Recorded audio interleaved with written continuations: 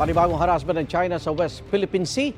Ginit-git at binomba ng tubig ng China Coast Guard ang BRP Datu Sanday na nooy nagsasagawa ng research sa Sandy K2.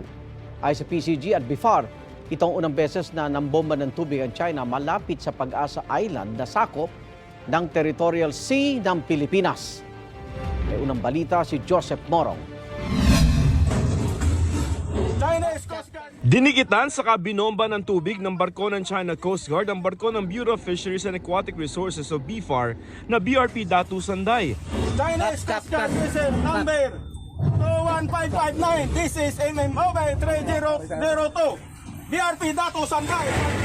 Kahit nag-radio challenge na ang Pilipinas. Your unsafe maneuvers are in clear violation of your obligations for safe conduct under the 1972 International Regulations for preventing collision. Hindi pa rin tumigil ang barko ng China. Sa kuha ng drone video na ito, kitang-kita kung paano lumapit ang mas malaking barko ng China Coast Guard. Ayon sa Philippine Coast Guard, 2 beses ginit-git ang BRP Datu Sanday.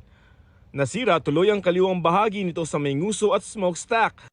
Agosto nung isang taon, nasira rin ang BRP Datu Sanday matapos ding i-water cannon ng barko ng China malapit sa Skoda Shoal.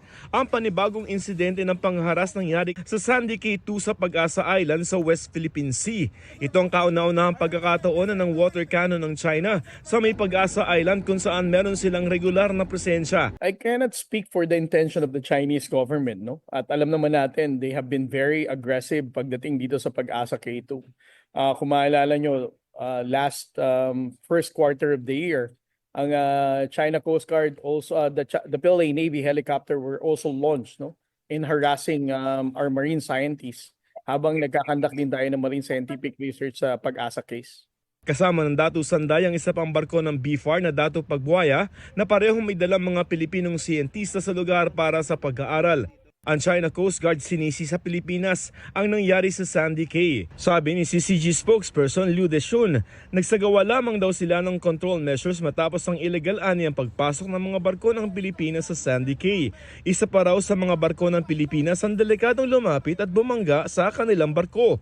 Ang Sandy K2 ay may 3 nautical miles lamang mula sa Pag-asa Island. Dito nadiskubre noong 2023 ang mga nakatambak na patay at durog na corals na ayon sa mga eksperto noon ay karaniwang ginagawa ng China bago magsagawa ng reclamation activities. Ilang beses na rin nakaranas ng pangharas ang BFAR mula sa China sa pagsasagawa nila ng research missions.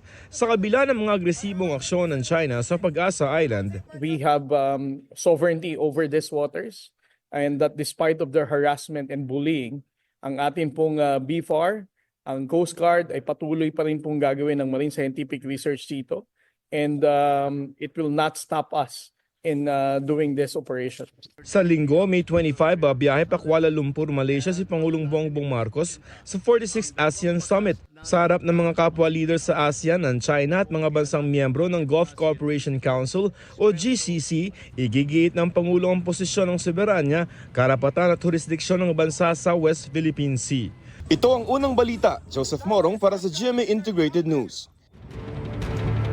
Kinundena ng Bureau of Fisheries and Aquatic Resources o BIFAR ang anilay agresibong pakikialam ng 2 China Coast Guard vessels sa ginagawang scientific research sa Sandy Cay. Patuloy raw isusulong ng BIFAR ang scientific integrity, sustainable fishing at proteksyon ng interes ng Pilipinas sa West Philippine Sea alinsunod sa batas. Igan, mauna ka sa mga balita, mag-subscribe na sa GMA Integrated News sa YouTube para sa iba't ibang ulat sa ating bansa.